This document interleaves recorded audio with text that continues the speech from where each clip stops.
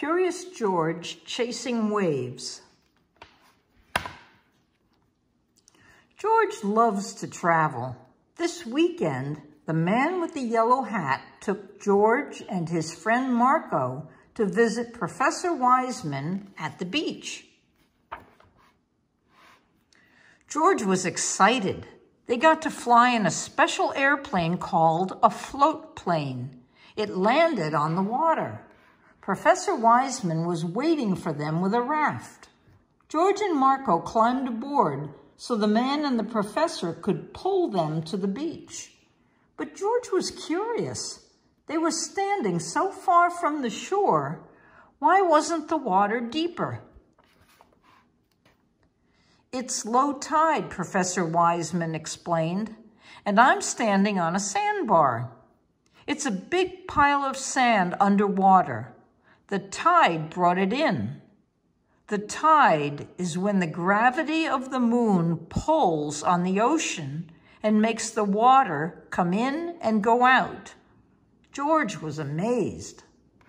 When they got to the shore, George and Marco were surprised by all of the puddles on the beach. "Those are called tidal pools," Professor Wiseman told them. "When the tide goes out, some water gets left behind in holes in the sand." There were fish, starfish, and anemones in the tidal pools. George and Marco wanted to dig for clams. Maybe if they dug deep enough, they could even find some buried treasure. They dug and dug, but buried treasure was hard to find. Maybe they should bury their own treasure. They ran up to the house to see what they could find. Luckily, George had packed a treasure chest. Marco decided to put his favorite thing in the chest, a silver wolf necklace. George and Marco hurried back to the beach and started digging. They made a hole and placed their treasure chest inside. Then they covered it with sand. Now they just needed a way to remember where it was buried. George had an idea.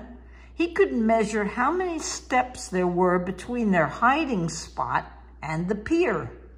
The treasure was buried 5 giant George steps away from the 3rd post of the pier. Now that that was done, it was time to go swimming. "Look, a dolphin!" Marco yelled.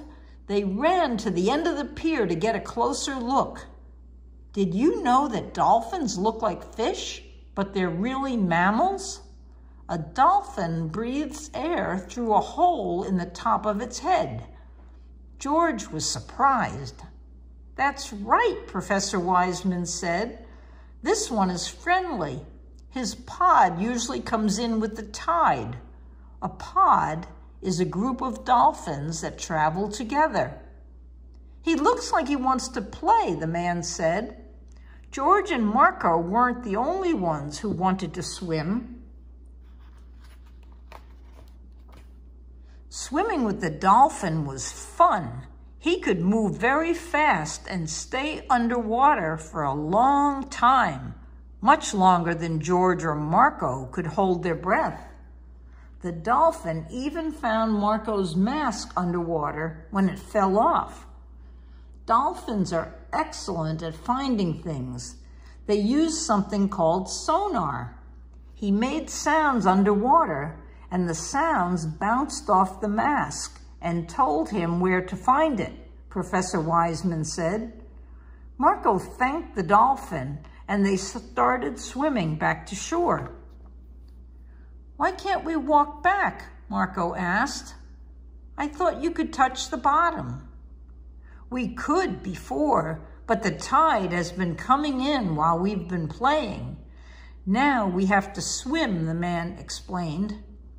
When they got back to the shore, George and Marco realized they had a big problem. The tide was higher now, so the water covered more of the beach, including the spot where their treasure was buried. "Don't worry," Professor Wiseman said. The tide will go back out in about 6 hours. I'm sure you'll find your treasure then."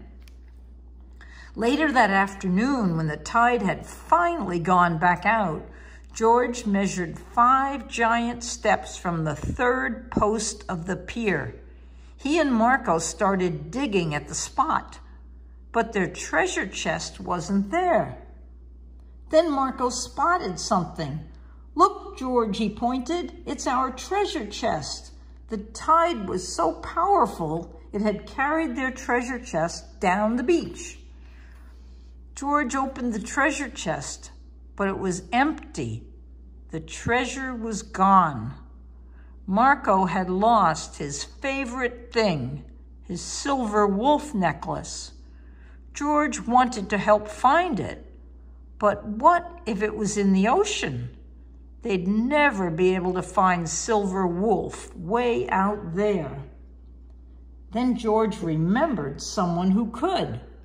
If dolphins were excellent at finding things, maybe the dolphin could use sonar to find Silver Wolf. Ta-da! In no time, the dolphin appeared with the necklace around his nose. Now George and Marco had one more treasure, a new friend. The end. Good night, Sophie. Good night, Sammy.